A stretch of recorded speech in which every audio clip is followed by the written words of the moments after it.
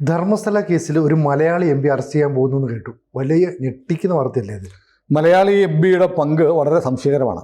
കാരണം മലയാളികളായ ഒരു സംഘം ആളുകൾ ധർമ്മസ്ഥലയിലെ മഞ്ജുനാഥ ക്ഷേത്രത്തെ തകർക്കാൻ വേണ്ടി വ്യാജ പ്രചാരണം നടത്തിയതിൻ്റെ പിന്നിലുണ്ടെന്ന് ഇപ്പോൾ വ്യക്തമായിട്ടുണ്ട്. ഒന്ന് മനാഫ്, ലോറിക്കാരൻ മനാഫിനെ ഇന്നലെ പ്രത്യേക അന്വേഷണ സംഘം വിളിച്ചു വരുത്തിയിരുന്നു. ഇന്നലെ വിട്ടിട്ട് അയാൾ മാധ്യമങ്ങളുടെ മുന്നിൽ വന്നിട്ട് വലിയ നീളത്തിൽ വാചകടിക്കുന്നുണ്ടായിരുന്നു.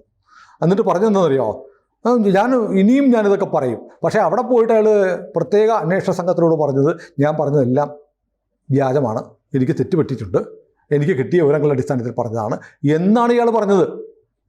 ആ വിവരങ്ങൾ പുറത്തു വരുന്നുണ്ട്. എന്നിട്ട് നമ്മുടെ മാധ്യമങ്ങളുടെ മുന്നിൽ 7 മീറ്റർ നീളമുള്ള നുണയടിച്ച് വീണ്ടും എനിക്കൊന്നും പറ്റിയിട്ടില്ല എന്നുള്ളതാണ്. എനിക്ക് തോന്നുന്നത് മനാഫിൻ്റെ കാര്യം പരുങ്ങലിലാണ്. മനാഫിനെ ഇനി പ്രത്യേക അന്വേഷണ സംഘം വിട്ടാലും മഞ്ജുനാഥ ക്ഷേത്രവുമായി ബന്ധമുള്ള ആളുകൾ വെറുതെ വിടുമെന്നൊന്നുമില്ല. കാരണം ക്ഷേത്രത്തെ അപകീർത്തിപ്പെടുത്താൻ ശ്രമിച്ചതിന് ഉൾപ്പെടെയുള്ള കേസുകൾ മനാഫ് നേരിടാൻ പോവാം. മനാഫ് എന്ന നന്മവരം ഇനി അങ്ങനെ പൂക്കാനും കായ്ക്കാനും ഒന്നും പോവില്ല. പക്ഷെ അതവിടെ നിൽക്കട്ടെ. ഇപ്പോൾ മലയാളി എം പിയുടെ കാര്യം പറയുന്നു. മലയാളി എം പി മാത്രമല്ല, 2 എം പിമാർ ധർമ്മസ്ഥല ക്ഷേത്രത്തെ അപകീർത്തിപ്പെടുത്താൻ ശ്രമിച്ചു. ഒന്ന് നമ്മൾ നേരത്തെ പറഞ്ഞു, തമിഴ്നാട്ടിലെ തിരുവല്ലൂർ എം പി DMKയുടെ എം പി സെന്തിൽ പേര് കേട്ടാൽ സെന്തിലാണ്, പക്ഷെ ഒന്നാന്തരം ക്രിസ്ത്യാനിയാണ്.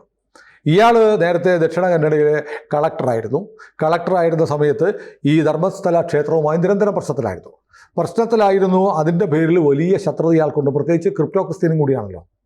ക്രിസ്ത്യാനി ആയതുകൊണ്ട് കൺവേർട്ട് ചെയ്ത് മതം മാറി ക്രിസ്ത്യാനി ആയതുകൊണ്ടുകൂടി ഒരു ഹിന്ദു ക്ഷേത്രം അങ്ങനെ അവിടെ നിൽക്കുന്നത് സ്വാഭാവികമായും ഇവാഞ്ചലിസ്റ്റ് മനസ്സുള്ള ഇയാൾക്ക് രസിച്ചിരുന്നില്ല. അപ്പോഴാണ് ഈ സിറ്റിസൺസ് അമെൻമെൻറ്റ് ആക്ട്, പൗരത്വ ഭേദഗതി നിയമം കേന്ദ്ര സർക്കാർ നടപ്പാക്കിയത്. ഉടനെ ഇദ്ദേഹം അതൊരു അവസരമാക്കി കണ്ട് IAS സെന്തിൽ രാജിവെച്ച് നേരെ വന്ന് തമിഴ്നാട്ടിൽ വന്ന് കോൺഗ്രസിൻ്റെ പ്രവർത്തനങ്ങളിൽ പങ്കെടുത്തു. തിരുവല്ലൂരിൽ സീറ്റ് കിട്ടി, MP ആയി. ഇപ്പോൾ MP ആയിട്ട് പാർലമെൻറ്റിലുണ്ട്. രണ്ടാമത്തെ ആൾ കേരളത്തിൽ നിന്നുള്ള ആളാണ്. നോക്കൂ, നമ്മൾ പലതവണ പറഞ്ഞിട്ടുണ്ട്, ധർമ്മസ്ഥലയെ അട്ടിമറിക്കാൻ ശ്രമിച്ചതിന് മുന്നിൽ blade mafia, real estate mafia, മതം മാറ്റ മാഫിയ, അതുകൂടാതെ അർബൻ നക്സലുകൾ, കമ്മ്യൂണിസ്റ്റ് പാർട്ടിക്കാർ അതിനകത്ത് വലിയ സംഭാവന കൊടുത്തിട്ടുണ്ട്. കേരളത്തിൽ ഉൾപ്പെടെ സഖാക്കളും സുഡാപ്പികളുമാണ് ധർമ്മസ്ഥലയ്ക്കെതിരെ നിരന്തരം ആക്ഷേപങ്ങൾ പറഞ്ഞുകൊണ്ടിരുന്നത്. കേരളത്തിലെ ഒരു കമ്മ്യൂണിസ്റ്റ് MP, അയാളുടെ പേര് P. സന്തോഷ് കുമാർ എന്നാണ്. സന്തോഷ് കുമാർ CPIയുടെ കണ്ണൂരിൽ നിന്നുള്ള CPIയുടെ മുൻ ജില്ലാ സെക്രട്ടറി ആയിരുന്നു. ഇയാൾ രാജ്യസഭാ അംഗമാണ്. ഇയാൾ വളരെ പെട്ടെന്ന് കേന്ദ്ര ആഭ്യന്തരമന്ത്രിക്ക് ഒരു കത്തയക്കുന്നു. ധർമ്മസ്ഥലയിൽ നിരവധി ആളുകൾ കൊല്ലപ്പെട്ടിട്ടുണ്ട്, അവരെയൊക്കെ കുഴിച്ചു മൂടിയിട്ടുണ്ട് എന്നൊരു ശുചീകരണ തൊഴിലാളി വന്ന് പറഞ്ഞിരിക്കുന്നു. അതുകൊണ്ട് കേന്ദ്രം എത്രയും പെട്ടെന്ന് NIA അന്വേഷണം നടത്തണം. NIA അന്വേഷണം നടത്തുന്ന എവിടെയാണെന്നറിയോ? ഒന്ന്, ഭീകരവാദ സ്വഭാവമുള്ള കേസുകൾ UAPA ചുമത്തി എടുക്കാവുന്ന കുറ്റകൃത്യങ്ങളിലാണ് NIA അന്വേഷിക്കുന്നത്. അപ്പോൾ ഒരു MPക്ക് അറിയാൻ വയ്യാഴികയില്ല. NIA അന്വേഷിക്കണം എന്ന് പറയുമ്പോൾ അതിനൊരു ടംബോ കിട്ടും, ഒരു മുറുക്കം കിട്ടും, ഒരു പഞ്ച് കിട്ടും. അതിനുവേണ്ടി NIA അന്വേഷിക്കണം എന്നാവശ്യപ്പെട്ട് കണ്ണൂരിൽ കിടക്കുന്ന കമ്മ്യൂണിസ്റ്റുകാരനായ P. സന്തോഷ് കുമാർ എന്തിനാണ് കേന്ദ്ര ആഭ്യന്തരമന്ത്രിക്ക് കത്തയച്ചത്? അങ്ങനെ ഒരു കത്തയച്ചിട്ടില്ല എന്ന് P. സന്തോഷ് കുമാർ നിഷേധിക്കുമോ? അത് പറയാൻ പറ്റില്ലല്ലോ. കത്തിൻ്റെ കോപ്പി നിഷേധിച്ചാൽ ഈ കത്തിൻ്റെ കോപ്പി ഉൾപ്പെടെയുള്ള കാര്യങ്ങൾ നമ്മൾ പുറത്തുവിടും. P. സന്തോഷ് കുമാർ കേന്ദ്ര ആഭ്യന്തരമന്ത്രിക്ക് കത്തയച്ചു. കേരളത്തിൽ രാജ്യസഭയിലും ലോകസഭയിലുമായിട്ട് ഒരുപാട് പേര് MP മാരുണ്ട്. അവർക്കാർക്കും തോന്നാത്തൊരു വികാര വായ്പ് ഈ ചെന്നൈയ പറഞ്ഞ കാര്യങ്ങളോട്, ചെന്നൈയ പറഞ്ഞ പച്ചക്കള്ളങ്ങളോട് എന്താണ് P. സന്തോഷ് കുമാറിന് ഇത്ര മമത? ഒന്നാമത്തെ ചോദ്യം. ജയന്ത് ടി എന്ന് പറയുന്ന മലയാളിയാണ്. കന്നഡയിൽ എത്തുമ്പോൾ അയാൾ കർണാടകക്കാരനാണെന്ന് കന്നഡ മാധ്യമങ്ങളിൽ പറയും. നമ്മുടെ മാധ്യമങ്ങളിൽ എത്തുമ്പോൾ എല്ലാ കള്ളക്കഥകളും പറഞ്ഞു കൊടുത്തത് ജയന്ത് ടി ആണ്. പിന്നെ ലോറിക്കാരൻ മനാഫ് എന്ന് പറയുന്നവനെ അർജുനൻ്റെ വീട്ടുകാർ തന്നെ തള്ളിപ്പറഞ്ഞതാണ്. അർജുനൻ്റെ മരണവുമായി ബന്ധപ്പെട്ട് ഒരുപാട് മുതലെടുപ്പ് നടത്തി, ഒരുപാട് സംശയങ്ങളുണ്ട്, പണപ്പിരിവ് നടത്തി എന്നൊക്കെ പറഞ്ഞ് വീട്ടുകാർ ഇയാളെ തള്ളിപ്പറഞ്ഞപ്പോൾ ഉടനെ ഇയാൾ പറഞ്ഞ എന്താണെന്നറിയോ? അർജുനൻ്റെ കുടുംബം നോക്കും, അർജുനൻ്റെ മക്കളെ ഞാൻ വളർത്തും എന്നൊക്കെ പറഞ്ഞ ഇയാൾ ഒടുവിൽ പറഞ്ഞതെന്നറിയോ? അവർ നന്ദിയില്ലാത്തവരാണ്, അവർ സംഘികളാണെന്ന് പറഞ്ഞവരാണ്. എന്നിട്ട് ഇതൊക്കെ ലൈവായിട്ട് ഇവൻ്റെ YouTube ചാനലിൽ കാണിച്ച വരുമാനം ഉണ്ടാക്കാൻ നോക്കി. മാത്രമല്ല, പലരും സംശയിക്കുന്നുണ്ട് എന്തുകൊണ്ടാണ് ഈ പുഴയിൽ പരിശോധിക്കാനുള്ള കർണാടക പോലീസിൻ്റെ നീക്കത്തെ ഈ മനാഫ് എതിരാണ് അട്ടിമറിച്ച് അയാൾ മണ്ണിനടിയിൽ നോക്കാൻ മാത്രമേ സമ്മതിക്കുള്ളായിരുന്നു. ഇവിടുത്തെ കേരളത്തിൽ നിന്ന് വന്നിട്ടുള്ള മാധ്യമപ്രവർത്തകരെ കൂട്ടുപിടിച്ച് ഫോൺ റിങ്ങി, ഈ സ്റ്റോറി പറഞ്ഞ മനാഫാണ് പറഞ്ഞത്. ഞാൻ വിളിച്ചപ്പോൾ ഫോൺ ബെല്ലടിക്കുന്നുണ്ടായിരുന്നു എന്ന്, പച്ചക്കള്ളമായിരുന്നു. അങ്ങനെ വ്യാജം പറഞ്ഞ് ദിവസങ്ങളോളം മണ്ണിനടിയിൽ തരയിപ്പിച്ചു. നദിയിൽ കിടക്കുന്ന ലോറി വീണ്ടെടുക്കാനുള്ള സാഹചര്യം ഒഴിവാക്കി. അപ്പോൾ എന്തുകൊണ്ടാണ് ചിലരൊക്കെ പറയുന്നുണ്ട് ഇവൻ്റെ ലോറിയിൽ തടി മാത്രമായിരുന്നു, അതിനകത്ത് മറ്റു വല്ലതും ഉണ്ടായിരുന്നു, അതുകൊണ്ട് അത് നദിയിൽ കിടന്ന് കെട്ടുപൊട്ടി ഈ തടി മുഴുവൻ ഒഴുകിപ്പോകണം, അതിൽ മറ്റു വല്ലതും ഉണ്ടെങ്കിൽ അത് ഒഴുകിപ്പോവട്ടെ എന്ന് വെച്ച് മനാഫ് മനഃപൂർവ്വം ഒരു അട്ടിമറി നീക്കം ഉണ്ടാക്കാൻ വേണ്ടി, അന്വേഷണം അട്ടിമറിക്കാൻ വേണ്ടി, വഴിതെറ്റിക്കാൻ വേണ്ടി ശ്രമിച്ചു എന്ന് ചില ആളുകൾ പറയുന്നുണ്ട്. നേരോ തെറ്റോ നമുക്കറിയില്ല. അങ്ങനെയും ഒരു പ്രചാരണമുണ്ട്. നമ്മൾ കാണുമ്പോൾ വലിയ നിഷ്കളങ്കരാണ്. ഇപ്പോൾ പറയും ഞാൻ പോരാടും, ഞാൻ ഇന്ത്യയിൽ എവിടെ പോയും പോരാടുമെന്ന്. ഇതാ ഇവിടെ കേരളത്തിൽ ചിലയിടത്ത് ചില ആളുകളെ കൊന്ന് കുഴിച്ചു മൂടിയ സംഭവമുണ്ട്. മനാഫിനെ കണ്ടില്ലല്ലോ. അതിനെക്കുറിച്ച് അന്വേഷിക്കുകയാണ്. അപ്പോൾ ഇയാൾ വിശ്വപൗരനല്ലേ. അപ്പോൾ ഇതാ കോങ്കോയിൽ കഴിഞ്ഞ ദിവസം, കോങ്കോ എന്ന് പറയുന്ന രാജ്യത്ത് കഴിഞ്ഞ ദിവസം ഒരു ശവസംസ്കാര ചടങ്ങിൽ പങ്കെടുത്ത 90 ക്രിസ്ത്യാനികളെ കൊന്നു. മനാഫ് അറിഞ്ഞില്ലേ? കഴുത്ത് വെട്ടിയാണ് കൊന്നത്. അവിടുത്തെ ഭരണാധികാരികൾ പറയുന്നത് 90 മരിച്ചിട്ടില്ല, 60 വരെ മരിച്ചിട്ടുള്ളൂ. ഈ എല്ലാവരും കഴുത്ത് വെട്ടിയതുകൊണ്ട് ഞങ്ങൾ എണ്ണി തലയൊക്കെ കഴുത്തൊക്കെ എണ്ണി വരുമ്പോൾ സമയം എടുക്കുന്നു. മനാഫ് അറിഞ്ഞില്ല. ഇവിടുത്തെ ഈ ക്രൈസ്തവ സംഘടനകൾ പറഞ്ഞിട്ടില്ല കേട്ടോ. കാരണം കേരളത്തിൽ കന്യാസ്ത്രീയെ തുറച്ചു നോക്കി എന്ന് പറഞ്ഞാൽ വലിയ വിലയാണ്. വടക്കേ ഇന്ത്യയിൽ ഒരു കന്യാസ്ത്രീയെ തുറച്ചു നോക്കി എന്ന് പറഞ്ഞ് ബഹളം വെക്കുന്ന ക്രൈസ്തവരാരും കോങ്കോയിലും നൈജീരിയയിലും ഒക്കെ ദിവസം പ്രതി ക്രിസ്ത്യാനികളെ കൊന്ന് കത്തിച്ച് വെടിവെച്ച് കൊന്നുകൊണ്ടിരിക്കുമ്പോൾ, അൾത്താരയിൽ കുർബാന നടന്നുകൊണ്ടിരിക്കുമ്പോഴാണ് നൈജീരിയയിൽ 100 കണക്കിന് വെടിവെച്ചു കൊന്നത്. ഇതൊന്നും നമ്മൾ അറിയുന്നില്ല. അപ്പോൾ നിൽക്കട്ടെ. അപ്പോൾ പി സന്തോഷ് കുമാറിൻ്റെ താല്പര്യം എന്താണ്?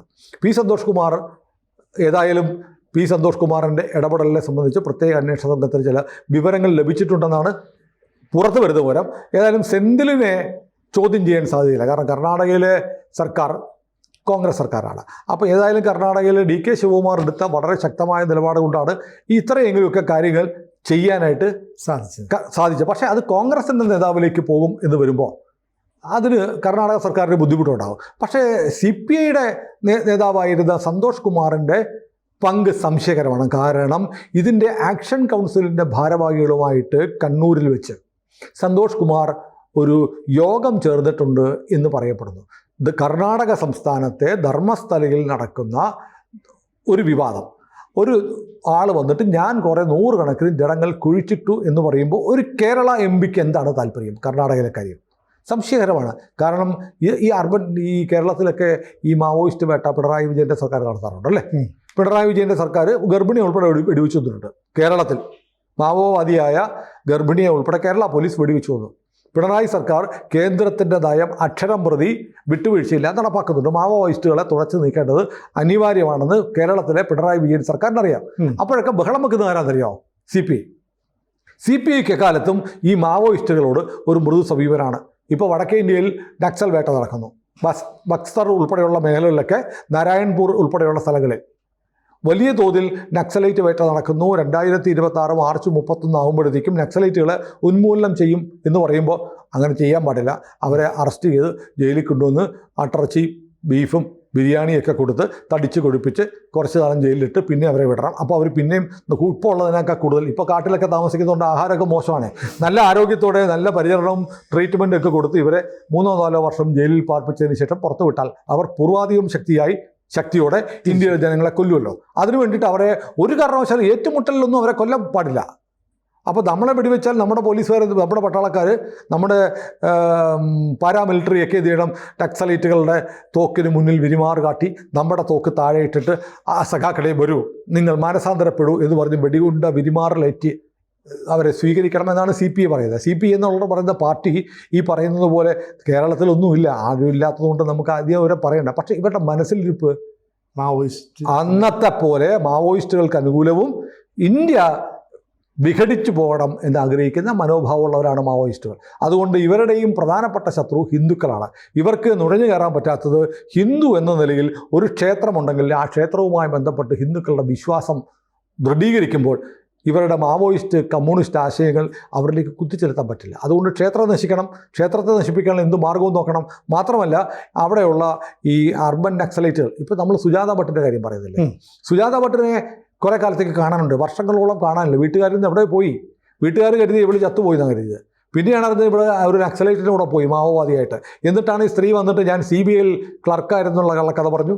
എന്നിട്ട് എൻ്റെ മകൾ അനന്യ ഭട്ട് എന്നൊരു മകളുണ്ടെന്ന് പറഞ്ഞു, കസ്തൂർബ മെഡിക്കൽ കോളേജിൽ പഠിച്ചതാണെന്ന് പറഞ്ഞു, അവിടെ കാണാനില്ലെന്ന് പറഞ്ഞു. അവസാനം ഇവിടെ വന്നിട്ട് ലേലു ഇല്ലു ഞാൻ പറഞ്ഞതെല്ലാം ചുമ്മാതാണേ, എന്നെ വിട് എന്ന് പറഞ്ഞ് ഇവർ ഏറ്റു പറഞ്ഞു. അതെ, ഈ ചെന്നൈയെയും പറഞ്ഞു എന്നെ കൊണ്ട് പറയിപ്പിച്ചതാണെന്ന് പറഞ്ഞു. വിട്ടൽ റെഡ്ഡി എന്ന് പറയുന്ന ഒരാളാണ് ഈ തലയോട്ട് എടുത്തു കൊടുത്തത്. അവിടെ ഈ നദീതീരത്തൊക്കെ ഈ കാട്ടിൽ പോയി ആത്മഹത്യ ചെയ്യുന്നവരുടെ ജഡമൊക്കെ പൊതുവിടത്ത് പോസ്റ്റ്മോർട്ടം ധരിച്ചിട്ട് അവിടെ നദീതീരത്ത് കുഴിച്ചിടാറുണ്ട്.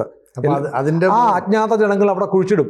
അതിൽ നിന്നൊരു തലയോട്ടി എടുത്തിട്ട് ഈ വിട്ടൽ റെഡ്ഡിയാണ് ഇത് കൊണ്ടുവന്ന് ഈ ചെന്നൈയൊക്കെ കൊടുത്തുവന്ന് ചെന്നൈയ വെളിപ്പെടുത്തിയിട്ടുണ്ട്. എന്നിട്ടും മനാഫിൻ്റെ കടി മാറുന്നില്ല. മനാഫ് നിന്നത് ഈ സുജാത ഭട്ടിൻ്റെ മകൾ അന്യ ഭട്ട ആണെന്ന് പറഞ്ഞൊരു ഫോട്ടോയും കാണിച്ചൊരു പത്രസമ്മേളനം നടത്തി. അതായത് സുജാത ഭട്ട് എനിക്ക് മകളില്ല എന്ന് പറഞ്ഞതിന് ശേഷം അവർക്ക് മകളെ ഉണ്ടാക്കി കൊടുക്കുന്ന പണിയാണ് മനാഫ് ചെയ്തത്. എന്നിട്ട് പറഞ്ഞു വാസന്തി എന്ന് പറയുന്ന ഒരു സ്ത്രീയുടെ മരിച്ചുപോയ സ്ത്രീയുടെ ചിത്രം കാണിച്ചിട്ട് ഇതാണ് അനന്യ ഭട്ട് എന്ന് പറഞ്ഞ് ഇവൻ പത്രസമ്മേളനം നടത്തി. അത് പിന്നെ തിരച്ച് കണ്ടുപിടിക്കാൻ പറ്റില്ലല്ലോ. അതെ, അതൊക്കെ നമ്മൾ വിശദമായി പറഞ്ഞിട്ടുള്ളതുകൊണ്ട് ഞാൻ ആവർത്തിക്കുന്നത്. ഏതായാലും മനാഫ് ഈ പറയുന്ന പോലെ മനാഫ് കൂളായിട്ടൊന്നും അല്ല പോകുന്നത്. മനാഫിനെ തേടി ഇനിയും പ്രത്യേക അന്വേഷണ സംഘം വരും. ഇല്ലെങ്കിൽ വേറെ പണി മനാഫിന് വരുന്നുണ്ട്. കാരണം ഈ അത്രമാത്രം ഡാമേജാണ് ആ ക്ഷേത്രത്തിന് മനാഫ് ഉണ്ടാക്കിയത്. അവർ നിയമപരമായി മനാഫിനുള്ള പണി അവിടെ നിന്ന് വിശ്വാസികളുടെ ഭാഗത്ത് കിട്ടുകയും ചെയ്യും. പക്ഷേ സന്തോഷ് കുമാർ മറുപടി പറയണം. കേരളത്തിലെ CPIയുടെ MP ധർമ്മസ്ഥല ക്ഷേത്രത്തെ അപകീർത്തിപ്പെടുത്താൻ എന്തായിരുന്നു കാരണം? CPIയുടെ MP സന്തോഷ് കുമാർ എന്തുകൊണ്ട് ഹിന്ദു വിരുദ്ധരുടെ കയ്യിലെ ചട്ടുകമായി മാറി? അത് അറിയേണ്ട കാര്യമാണ്. കർണാടകയിലെ പ്രത്യേക അന്വേഷണ സംഘം CPIയുടെ രാജ്യസഭാ അംഗത്തെ തേടി എപ്പോൾ വരുമെന്നാണ് നമുക്കിനി അറിയേണ്ടത്. കാത്തിരിക്കാം. കൂടുതൽ വാർത്തകളും വിശേഷങ്ങളും നിങ്ങളിലേക്ക് എത്താൻ ABC മലയാളം സബ്സ്ക്രൈബ് ചെയ്യുക, ബെൽ ബട്ടണും അമർത്തുക.